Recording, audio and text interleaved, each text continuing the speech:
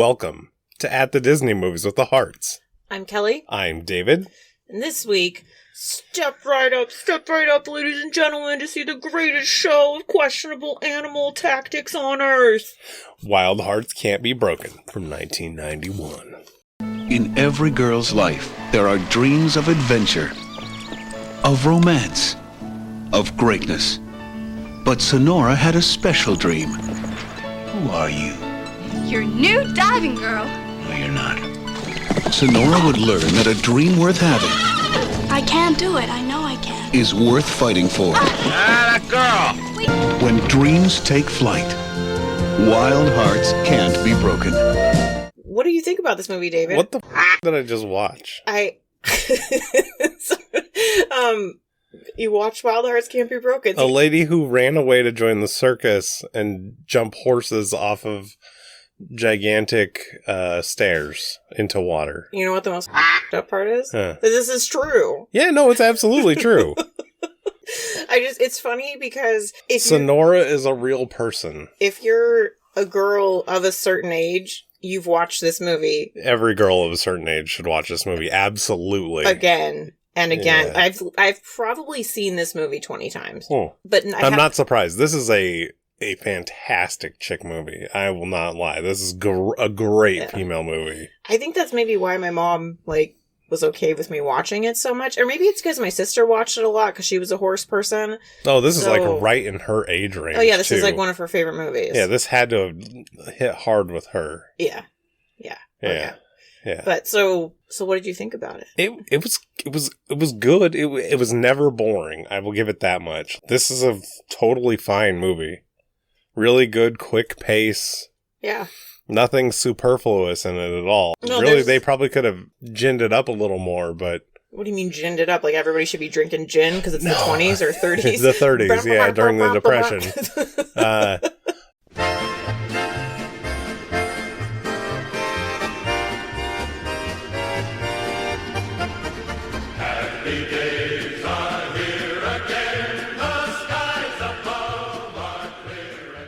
No, added a little more color to the story, because there's not a lot. And there are some holes in the story.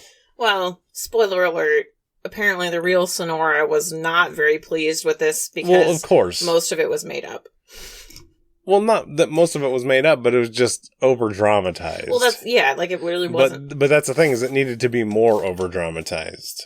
Like what? You want her to get her leg chopped off too or something? No, but what I'm saying is if it would have been less dramatized, that would have been really boring. Yeah, probably. Yeah. But I think it was pretty dramatic in the right places. Well, I'm sure it was dramatic in the right places. That's not what I'm trying to say. I'm just trying to say there was very little substance to the movie.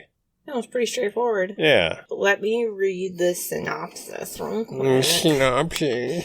And actually wasn't sure if this was going to be on Disney Plus, but it is. I'm not surprised in the slightest. Well, no, neither am I. But... Every 90s girl would riot if this movie was not on Disney+. Yeah, because it was just funny to me because what the is this movie? And I'm, what? How have you not seen it? Yeah, of course I haven't seen it.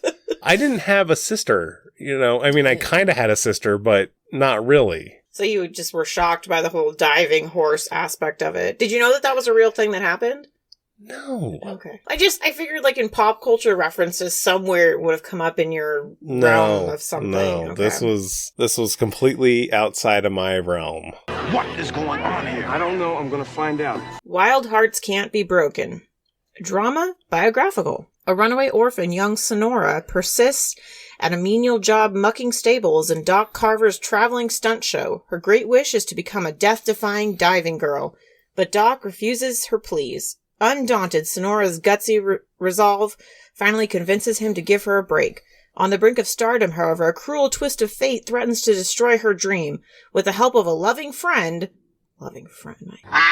Sonora must prove that if you want something badly enough, anything is possible. Hey, that is a loving friend. She spit on that ginger. She claimed him as her own. No, they were talking about Al. No, the loving friend was the one that helped her redo it. The guy's name was in parentheses. Well, that's stupid. Yeah, that's why I said loving friend.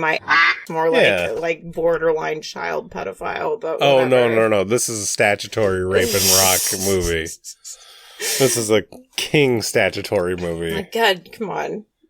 Get it together, man. That guy's 15 years older than she is. Yes. But I guess back then, I mean... Yeah, that's fine. Oh, you're 30 and you want a 14-year-old? Great. Well, I mean, in real life, she was 19 when she started diving. Was she? Yeah. She was supposed to be 19? I mean, because she was getting turned over to the state to become of age, which is 18. Yeah, but I mean, who knows how many years actually passed from when she met up with the thing and when she actually started diving. Because according to this movie, she was 14 and it ended while she was 14. Well, that's what I mean. They didn't do a great job emphasizing. And that's what I was talking about with adding some meat. There was no... Yeah, they could have added... There were a lot of details missing. Like more to indicate the passage of time. Right. Like sands through the hourglass, so are the days of our lives. They didn't really do a great job with that. They did a terrible job. So our director, Steve Miner... he has had an interesting range of movies that he's directed. Yeah, I mean, his early career, he did Friday the 13th, 2 and 3. Yeah, and then he went into all these dramatic things with this, and Forever Young with Mel Gibson, and... Forever Young. A movie that I personally adore called My Father the Hero that I think is really funny. Never seen it. Never will. I know. But then he goes back to horror movies. Halloween H2O, baby. And Lake Placid. Oh, I didn't see Lake Placid. Oh, secretly one of the great... And he did The Wonder Years quite a bit. And Kelly's favorite show of all time, Once Upon a Time. It's not my favorite show of all time. Did I used to like it? Yeah. And then it just completely went off the rails and because was I garbage. started making fun of you. No, because it actually got really bad. That's why. Is it something I would rewatch at some point? Probably. Oof. Yeah. Oof. No, I don't think... I think your brain is better than that. So, our star, Gabrielle Anwar, looks like Brendan Fraser. Oh my god. Yeah, that was very distracting, by the way. Sorry. I couldn't help it. Like 5 minutes into the movie, he's like, oh, that chick looks like Brendan Fraser. David broke the cardinal rule, which is save your commentary for the podcast. But yes, she does. I couldn't help it. I couldn't help it. She does kind of look like a female Brendan Fraser. Yeah, and she was in, like, Son of a Woman, Things to Do in Denver When You're Dead, The 3 Months of Tears, and, hey, Once Upon a Time.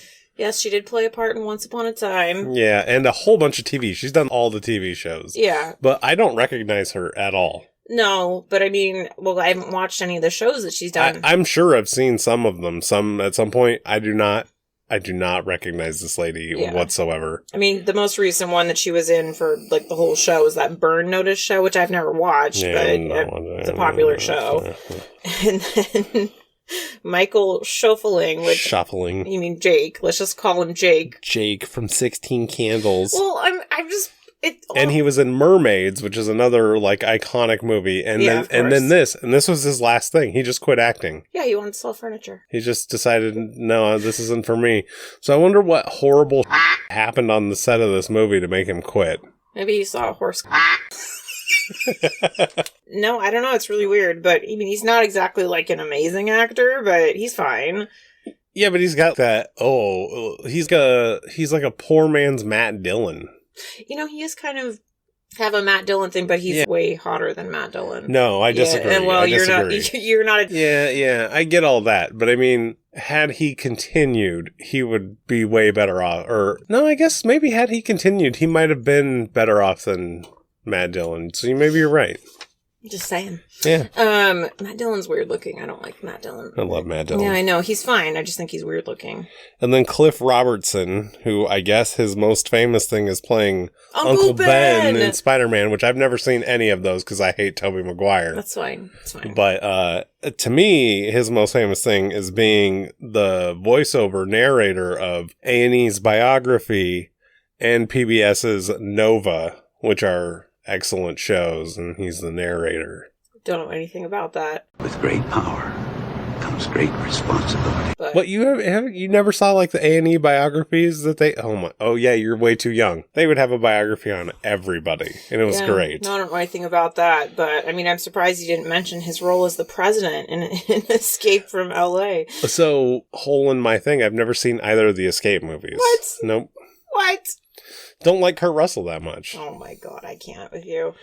Yeah, what are you gonna do? So, and then Dylan Cussman, the ginger, he was in Dead Poet Society, Jack Reacher, you know. Yeah, he just looks cool. Like a typical ginger kid. Yeah. Kind of forgettable. Yeah. Still acting, kind of. Yeah. Ish. And then Kathleen York, the ginger lady, the Marie lady. Yeah.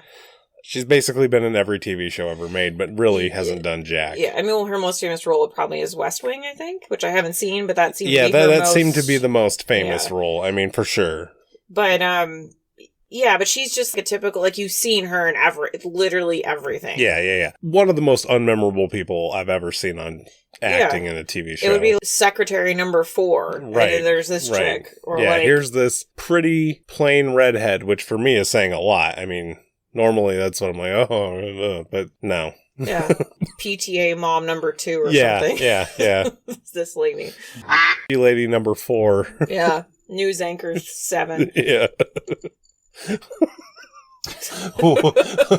weekend evening weather lady. Oh, I don't know. Replacement weekend evening weather lady. Oh god, Girl Scout troop leader. Yeah.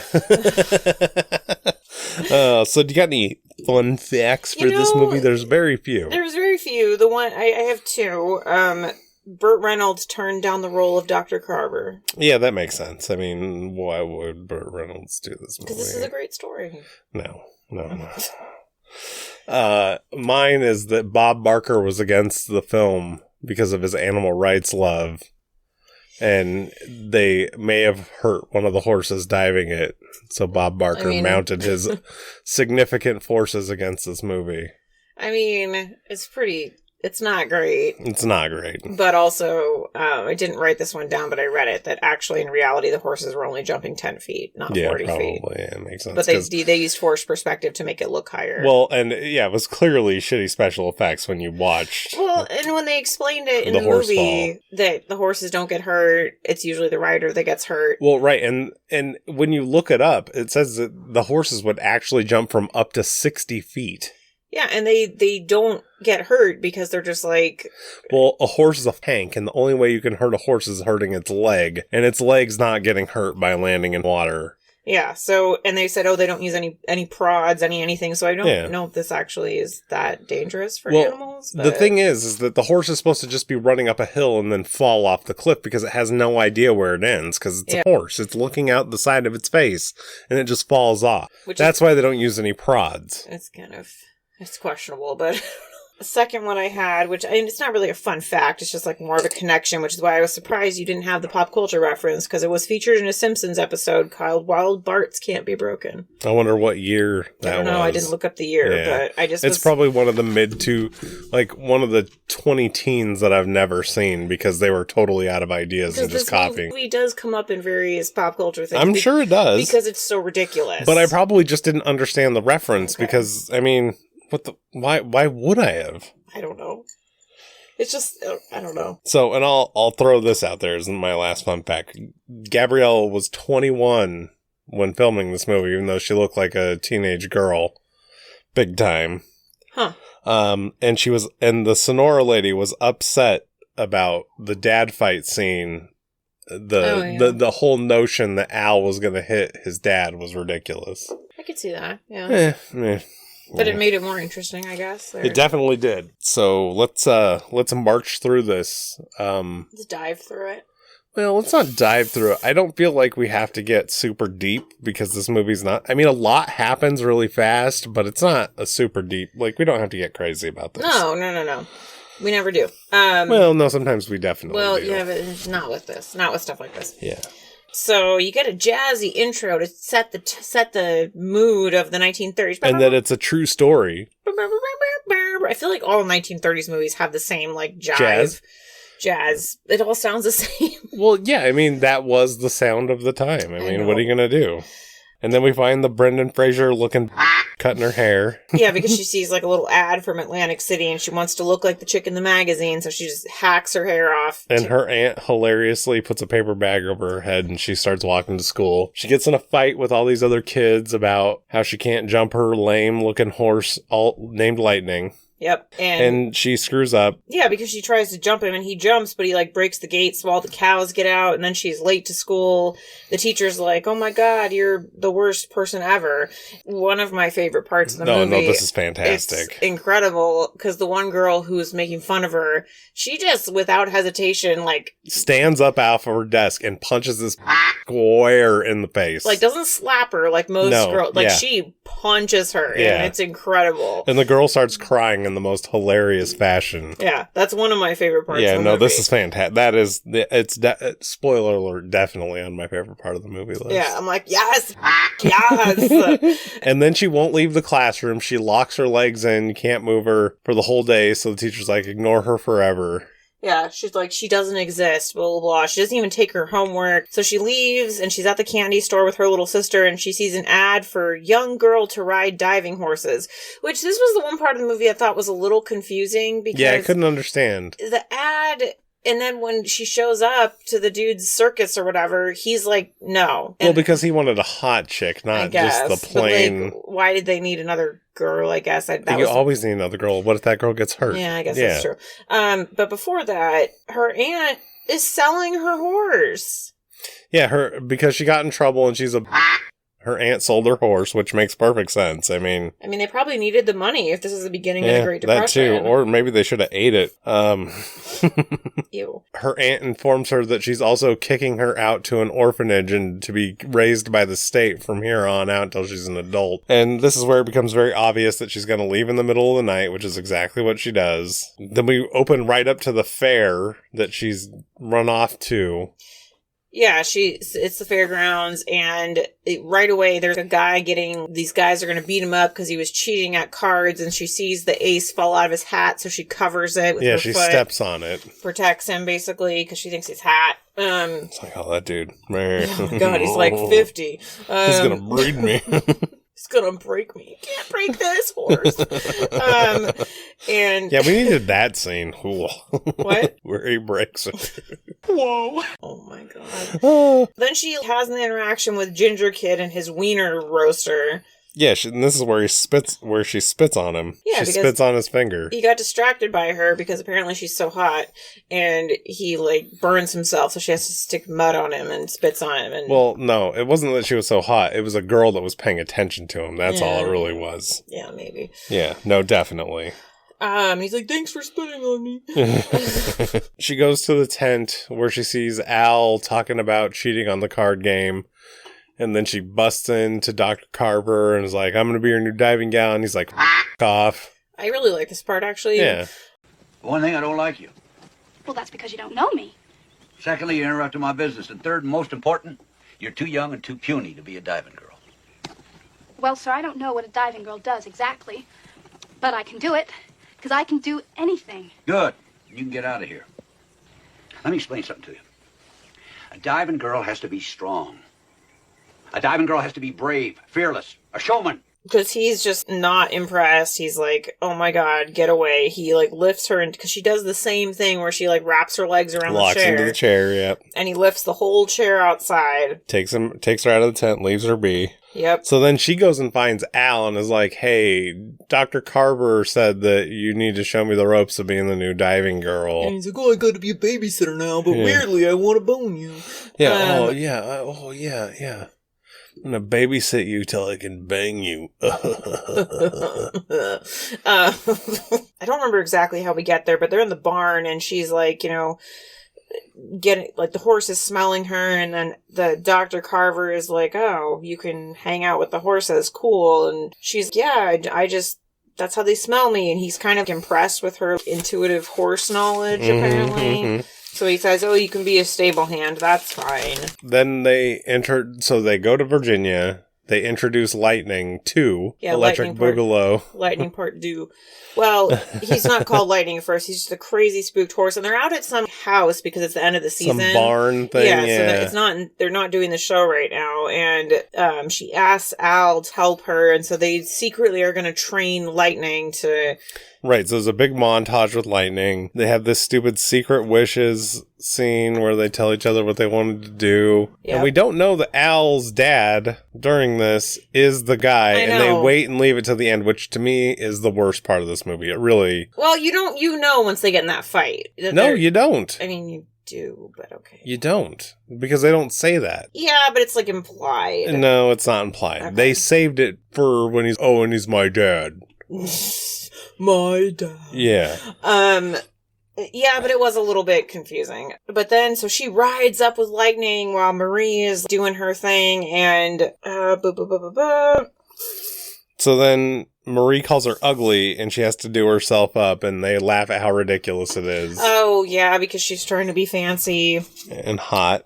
Yeah. Then she goes swimming with Al, and this is where he gets his statutory rape on. Swimming, more like sexy time. Yeah, he was definitely going to bang in the lake until she just ran away.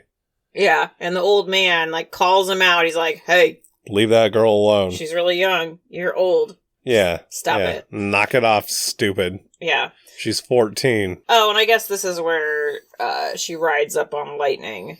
And the old man is like, oh, I can train you to be a diving girl if you can do a running mount, which basically means jumping on the horse when he's running. Because that's what being a diving girl is, basically. Yeah, and this is my favorite part of the movie. I mean... What, when he's making her do it again and again and again? Yeah, and she just keeps jumping and she just does a huge face plant and... Yeah, and she's got a bloody nose and Al's like, oh, we gotta stop. Yeah, and I love the pussy Al part of this. It's like, oh no. It's like, shut up. Well, yeah, let this girl jump. His dad's like, again! And he like, she keeps doing it until she gets it. You gonna cry? You gonna cry? I never cry. Good. Let's go. Yeah, how else are you gonna do it? You gotta do it till you can get it.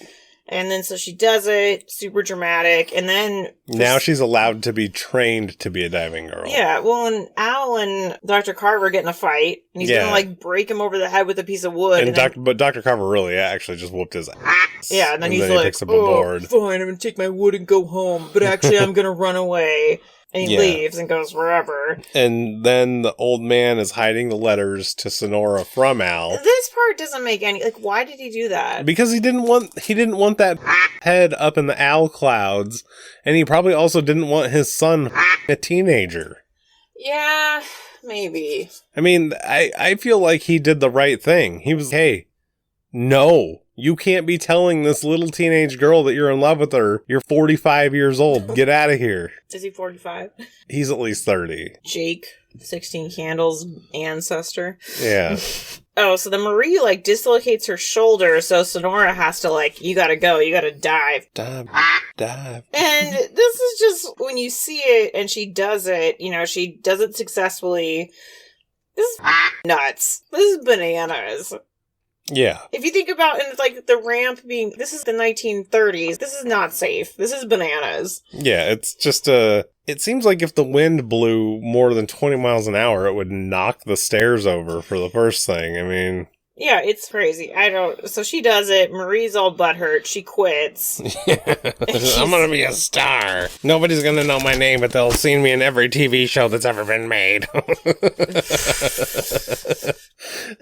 Oh my god, yeah, Weather Girl number 7. And then basically what happens is the depression just gets real bad, so all their shows get canceled. The depression kicks in. Yeah, the traveling circuses are no mas because nobody has any money. They gotta keep their 2 pennies to themselves. And then Lightning gets sick while Sonora's all alone, and she doesn't know why, and then for some reason, Al shows back up. Because he sees her poster. Okay, this is important. He sees her poster. Where it was canceled. When it was canceled. And he goes to Atlantic City, talks to the Atlantic City dude, and you don't... Gets him a deal. It's not really clear what's going on at this point. But then he goes back and sees, and oh, Sonora, blah, blah. He's like, oh, this horse is sick. I'm a magic horse doctor. I'm gonna fix it. And I know what it was. This is moldy hay, bro. Yeah, so they save Lightning. You feeling better, Ocho? Kind of anticlimactic, but whatever. And I was, in a weird way, I was like, maybe the horse is pregnant. But then I'm like, wait, they would know if the horse was not a dude. Yeah. Horses have giant penises. And then, so this is when when Doc comes back, there ain't no show. She finally asks him about the letters, which is uncomfortable. No, she doesn't ask him about the letters. She does. Well, he... Oh, you mean she asked Al about the letters? Yeah. Okay, gotcha. So, and then it comes out that Al got them a 6-month contract in Atlantic City, and everybody's all happy and celebrating. Mm-hmm. And on the way to Atlantic City, Doc is about to confess that he held back all the letters, but instead he has heart failure in the side of the road. He knows he's gonna die, so he like pulls over and he's like, "Oh, I just need a breather." Like, "Oh, we'll set a picnic out," and then he just. I don't think he knew he was gonna die. I think he knew he was gonna die. Maybe. I think he just was having a tough time. No, he like looked knowingly at them, at like his son, when his son's like, "Oh, when we get to Atlantic City," and he was like, "Yeah." And he did like the nod, and then he went and sat by the tree and died. I think he knew he was gonna die. His heart was failing him. Yeah. So he dies, they have a funeral, and then they go on. The show must go on. Yep. And Al takes over for his dad. He's the top bill. He's not Dr. Carver. He's just Carver. Well, he's terrible. He's like, okay, he's sitting there practicing, and then the redheaded kid is like way better than him. Oh, like, yeah. Make him do it. Yeah, right. Until Sonora goes and gets the magic coat. Yeah. And find Al's letter. And she's like, "Oh my God, you love me." And she's like, So then we get more statutory love, which is great. Yeah, but she's 19 at this point. Yeah, is she? Because that's not clear in the movie, so I'm still going to call it statutory love. It's creepy in the movie, but like they could have done a better job of like aging her and saying time went by, like maybe a little timestamp, January 1939, 31, April 1933. This is my ignorance. How long did the Great Depression last? I think it was like 29 to 33 or 4. So it could have been like 2 years or 3 years. Easily, but they don't explain that. And that's the statutory love of the whole thing. Yeah, so that could have helped it seem less creepy. And so they're about to do the first jump in Atlantic City, and for some dumb reason they're using red lips instead of lightning because lightning's still too sick. What? I wonder if this part is actually true, because if it is, they're dumb. What do you mean? They should have just put it off until lightning was okay. Yeah, because that other horse sucks. Yeah. Well, that's the other horse. They should never use it. And so the horse is freaking out because it's loud and it's all bad. But then he like proposes to her. Yeah, I feel like this is the other problem. She totally loses her concentration because she got proposed to when she was climbing the ladder, and she comes down. It's like, oh, blah, blah, blah, blah, blah. Well, and and they haven't done it for who knows how long because the shows have been canceled. This is like their first show in however long, and so it's like, nice job, Al. Fucking idiot. Yeah, so she has a bad dive. Well, the horse like smacks face first with her eyes open because she's dumb. Yeah, I don't know why that part was weird. Like, why did you have your eyes open? Yeah, but it's like if you would have just closed your eyes tightly, you would have kept your eyesight. What's wrong with you? But yeah, so basically she's like blurry, and then she's just like, oh, whatever, it's fine. And Al's like, no, I need to go to the doctor. And she's like, no, I'm stubborn. And well, she's every great American that's over the age of 58 and a half now. Oh, I don't need to go to the doctor. So then she's like getting ready for a show, and she all of a sudden can't see clearly. And so they call the doctor, and he's like, yeah, your retinas have detached. You're blind forever now because you didn't come to the doctor right away. If had you come right away, we would have saved your eyesight, stupid. Yeah. And the Atlantic City guy's like, you got 1 week to figure it out. Yeah. Which was that I kind of liked too, that he was just cold and heartless. It's realistic. Goomba. And then we find Cliff with he finally found his death-defying stunt with the motorcycle globe, which now is super hack. Like, they do that stuff all the time with the motorcycles in the cage. Yeah, but that back then, it was like death-defying, like new and crazy. Yeah. But so Al has to call Marie back to work, and she's like, oh, reluctantly I came back. When really, she's just a loser. Well, she got tired of playing camp counselor number 7, David. Yeah, if she was even doing that. And so she tells Al, I'm not going to dive again. I got to do it. It's my identity, blah, blah, blah, blah. And he's like, no, you're blind. And she's like, I don't care. So they're going to train. And she just keeps falling off the horse. And he's like, we tried. You have to accept it. It's not possible. Yeah, he lays the hammer down. He's like, nah. And then there's this scene with her with the crowd roaring in her mind while she's sitting at the beach. And then there's a very bizarre scene where in the middle of the night, she like goes out to the barn and is like very sensually touching the horse. Yeah, while there's lightning going on outside. There's lightning and lightning. Oh, my love. This scene was a little strange, but she's like, feeling the horse and yeah, she was statutory raping the horse. Whew. Yeah. But no, she's like, getting a feel for the horse. And then, they're going about like they're going to do the regular show. And then she goes and sits in the crowd and blah, blah, blah, blah. But then, old Clifford goes and locks Marie in the dress. Yeah. And lets lightning out as after Marie climbs the thing blind. Lightning just knows where he's supposed to run to because they have the same brain. Well, he does run. I mean, that is obvious. Of course he would know to run up the thing. Well, no, but I mean, he ran through the pier. Like, he ran, through all the crowd of people, you didn't catch that? What? The horse was held, not in the stadium at all. He ran, around a building, through the pier of people into the stadium. Well, he wasn't spooked. Yeah, I mean, Lightning is a tough horse. He's no Red Lips. Yeah, so it's very dramatic. He's running, and he's brum, brum, and she's listening to the horse, and she hears it, and she gets it, and Al's like, no! And then the freaking announcer guy's like, oh, the people don't want to see the blind girl die. These people didn't pay good money to see a blind girl kill herself. And then she jumps, and she did it. And then the guy's like, oh my god, she's amazing. Right, and then Al's kissing her, and she's extra horny. Yeah, but first, I love it that she's waving at the crowd, and I'm like, who are you waving at? She doesn't know. You can't see them. She can hear. You could hear, though. You could hear where the claps are coming from. It would have been funnier if she would have been waving in the wrong direction. Yeah, this is not a comedy at all, and Al would have been turned her, and she's like, ah. This would have been kind of better as a comedy, but whatever. And the audience never knew she was blind for the next 11 years, which why wouldn't you say that she's blind? It's a better show. Correct, sir.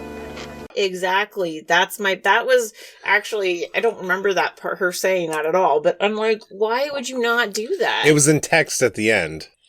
No, she said it at the end. Oh, maybe she did say it, but I was reading the closed captioning. Yeah, no, you were, she voiced it over at the end that the audience never knew, and I'm like, why wouldn't you tell them? Yeah, it's like the amazing blind lady dives horses. Oh my god, she's crazy. Yeah, yeah. So what was your favorite part, Kelly?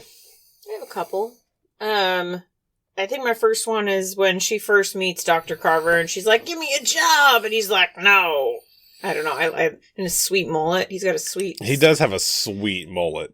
That mullet is something to behold. It's like a Brillo pad. Right. It's a total Brillo mullet. And I don't know if that was a wig or what, but it's fantastic. I feel like it was his real hair, and then they just clipped in a thing at the bottom. For me, it was the faceplant scene where he's making her go again and again. I love that scene. That's my second favorite. A lot of it is because Al is such a pussy during that scene that it makes it better that he's being such about this lady trying to do her thing. She's hurt. She needs to rest. Shut your gate. Sonora, you don't have to do this. I can't look. It's too dramatic. Really, dude? Yeah, calm down. That was my second one. I do like that part. Again, do it again. Are you gonna cry? I never cry. I'm an orphan. I didn't even cry when my parents died. So do you have any others? I mean, obviously, when she punches that girl. So we both. For both of us, number 2, punch a hoe. Yeah, that is fantastic. It's just because in most movies, when a chick is gonna fight another chick, she slaps her and grabs her hair. Yeah, and just and that's what I thought for a second, that she was gonna grab her hair and cut it off with those scissors. Well, the best thing really, if you were gonna fight that girl, the best thing to do would have been grab one of her stupid ponytails and slam her face into the desk. But whatever. No, she punches her. And it's great. But she gave her a straight right, and yeah, that was pretty good. Anything else? No, those are my 3. We pretty much were in agreement. I have to throw in Spit on a Ginger, because I did like that scene. That was pretty good. Oh, where she meets the kid at the beginning? Yeah, I liked that. That was good. Thanks for spitting on me. Yeah. It's cute. So cute. No music or songs in this. This was just nothing. Lots of 30s jives. I mean, basically. Nobody cares about that. But the main character, Sonora, she was hilariously just a crazy lady. Yeah, she's a stubborn little. Yeah. She's got lots of spunk. Like your typical tough little. Yeah, but the actress did a good job portraying her. Oh, absolutely. This has to be this lady's best job of acting, considering what else she's been in. Yeah, no, it was very good, and you really I feel like you were invested in her character, you were rooting for her. Sure. She had some charm to her. And even as creepy as her relationship with Al was, it was fine. Ended up being fine. Well, it's only creepy now. It wasn't creepy then or when the movie came out, so maybe people could calm down a little bit. Yeah. There's not really a villain There's no villain in which this movie. Normally is a huge problem for me, but it was it was okay. It was fine. The depression maybe was the villain. They tried to make the Dr. Carver kind of a villain. I didn't feel like that. No, I didn't feel like he was a villain either, but they tried to do that with the whole letter thing. They tried to make I thought he was just being tough. I didn't think that was villainry at all. No. And smart, really. Yeah. Trying to keep her focused. Because if he would have let those letters go through, she would have been gone in 3 weeks. Probably. Yeah, probably. Smart guy. Yeah. So yeah, Dr. Carver, he's just, old man. Tough as nails showman with a heart of gold. And a great mullet. Al, hot guy. And that was basically his contribution. His chin.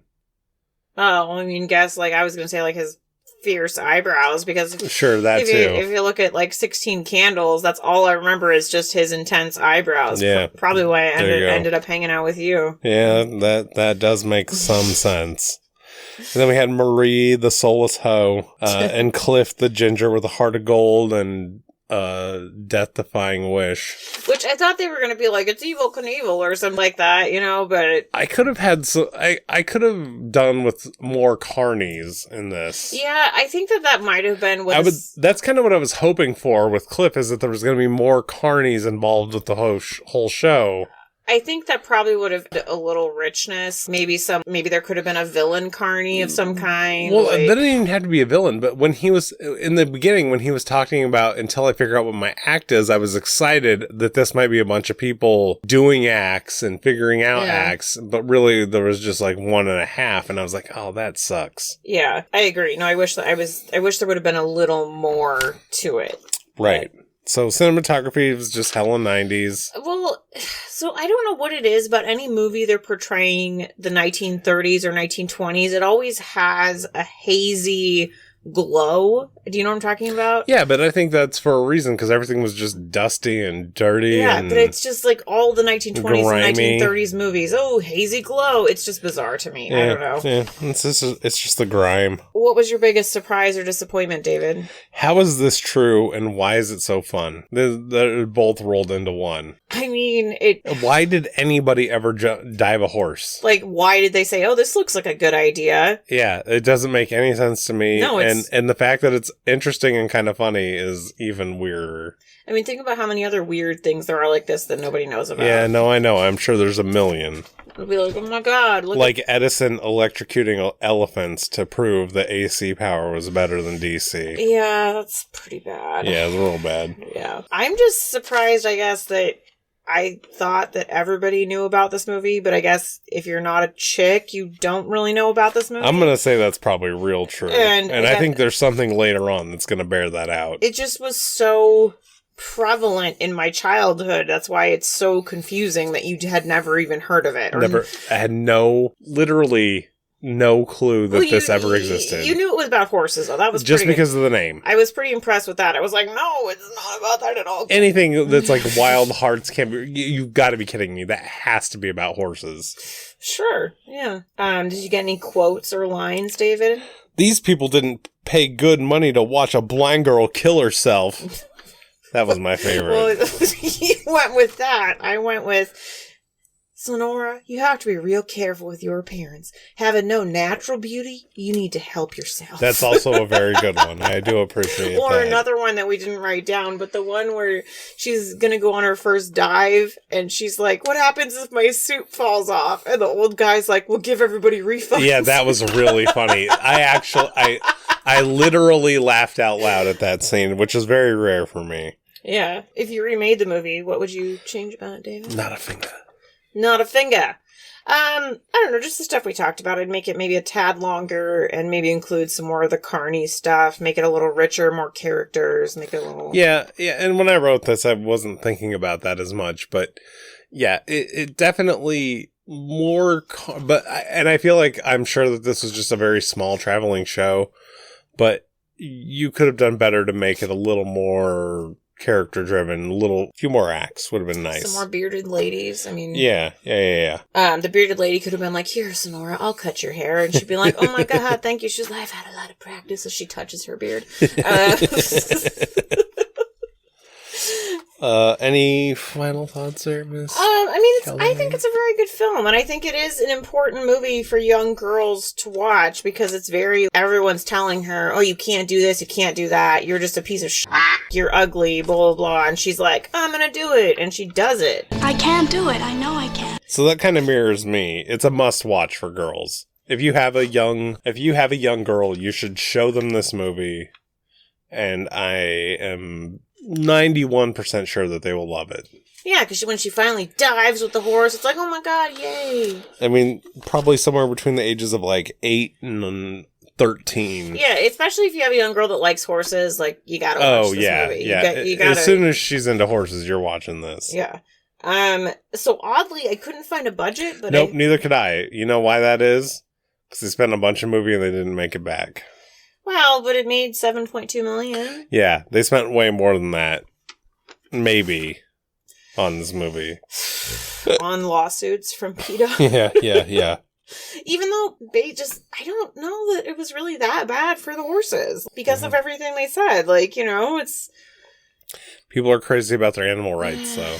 I guess. The horse is really like, I want to fly. So, Kelly, what's your rating for this movie? So, I gave this movie a little bit of above average, but it's not like, oh my god, this is one of my favorite movies ever, but do I enjoy it? Would I watch it again? Oh yeah, probably. Clearly, because I've already seen it so many times. But I gave it a 79%. Ooh, spicy. Is it? Why, did you give it about the same score? No. I gave it 61. Just good. Just good. It makes it just fresh on Rotten Tomatoes. Like, to me, this movie was missing a lot of elements. It was really fun. It's a good movie. Don't get me wrong. So fun. Lots of fun. So it was better than you expected it was going to be. A lot. Oh, yeah. Especially at the beginning, I was like, this is going to be rotten garbage. Why? Because you saw Brendan Fraser and you were like, no. Well, it was a horse runaway weird. I was like, no, this is not going to be a good movie. It turned out to be pretty good. But it's not for me either. This movie's definitely not for me. I don't think you're the target audience. I mean, no. I don't think you're going to see Jake from 16 Candles and be like, oh my god, those eyebrows. Yeah, it's not going to happen. I'm going to look at the weird looking Brendan Fraser lady and be like, why do I care? Or the ginger lady and be like, you're 18,000 other ladies. Get out of here. Hey, she had a very memorable role as waitress number 2. Let's not forget. And Grace Under Fire. Yes. Okay. So what do you think the Rotten Tomatoes scores for this movie are? Because this is where it gets real interesting. So I feel as though the critics probably didn't give it a very good score. They probably gave it like a 32. Okay. And what about the people? Oh, okay. If you're writing a review on this, you're a chick who's like, I love this movie. That's my. So what do you think the people? Probably like an 87. Okay. So in one way you're close, and the other way you're not. The critics gave this a 73, so it's a generally liked movie. All right. And yeah, you are 100% right about the people because exactly what you said. It's 89% with the people. Yeah. Because every chick is like, yeah. Yeah, because all the horse ladies with the long hair in high school, they're like, yes, this is my movie. I love the scene in the dark where she's touching the horse. I am Sonora. Which, Sonora, that's not a name you hear very often, actually. Well, of course not, because this is like, this lady was born to like a drunk. Or, well, no, I guess she said they died of a fever or something. Yeah, the freaking flu. COVID-19. Yeah, like 19, whatever. Yeah. I don't hate it, though. I think it's a fine name. Yeah, it's fine. It's Sonoran Desert. Great. Cool. So now, I'm not ready for this at all. I know you're not. A little underprepared. Oh my god, I'm sticky. You're sticky? This is horrifying. I'm gonna melt into the couch. Yeah. Bleh. It's time for Kelly's favorite part of the podcast.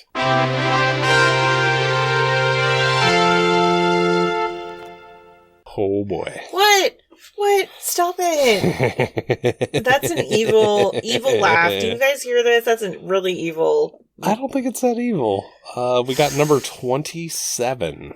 Oh. What is this going to be like Saludos Amigos or something to watch that again? Not even close to that. Oh, is it live action? It is not live action at all. Oh. Not even remotely live action. Wait a minute. Is it old Disney movies? Is it like Pinocchio or something? Oh, we already watched Pinocchio. Pinocchio, number 2 on the list, by the way. Shut up. Okay, so it's going to be some old movie like Robin Hood or something. But no. From number 27, from 1955, is Lady and the Tramp.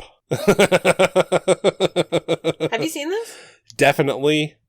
Do not remember a lick of the movie beyond, like, the meatball. I was going to say, that's in like a million pop culture I things. probably saw this when I was 7. So, obviously, you know, it's about dogs, obviously. Yeah, dogs. So you're probably going to already like it. From the vague, deep recesses of my memory, think I like this movie already. Well, yeah, it's about dogs. Well, no, but I mean, that's neither here nor there, but I feel like what I remember, I like. I watched this movie and I just, don't like it? I don't really remember if I like this movie or not, actually, to be honest. I know that I like parts of it, but I don't remember if I like the movie as a whole. I think back on it fondly. I could be totally wrong. Next week, we will 100% find out. Oh boy. Oh boy. And it's got, I do remember it has one of the, quote, super racist Disney movie moments in history. Does it really? Interesting. Yeah. Okay, I will be interested to find that. All right, so sure. In the meantime, if you'd like to follow us on social media, Facebook, Instagram, at the Disney Movies of the Hearts. If you'd like to send us an email about any old thing, at the DisneyMovies@gmail.com. Yeah, and if you enjoy our podcast, please give us a like, subscribe, share, leave us a comment on your favorite podcast platform. Tell your buddies about it. And if you...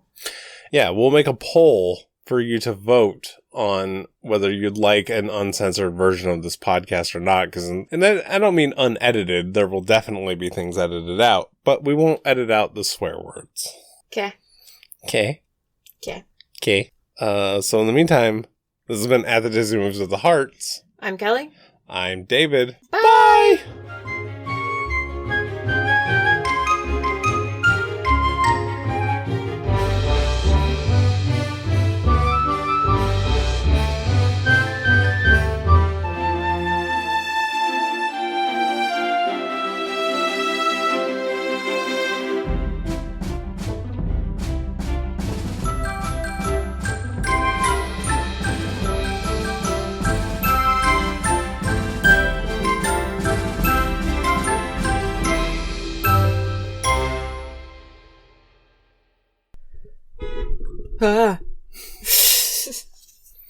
That startled me. Did it startle you? No.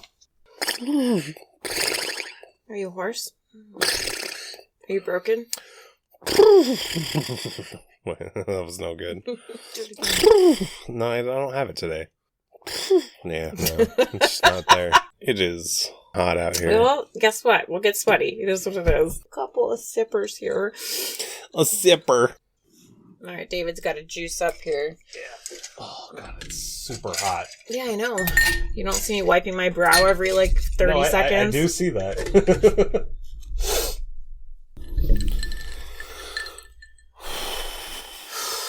Okay.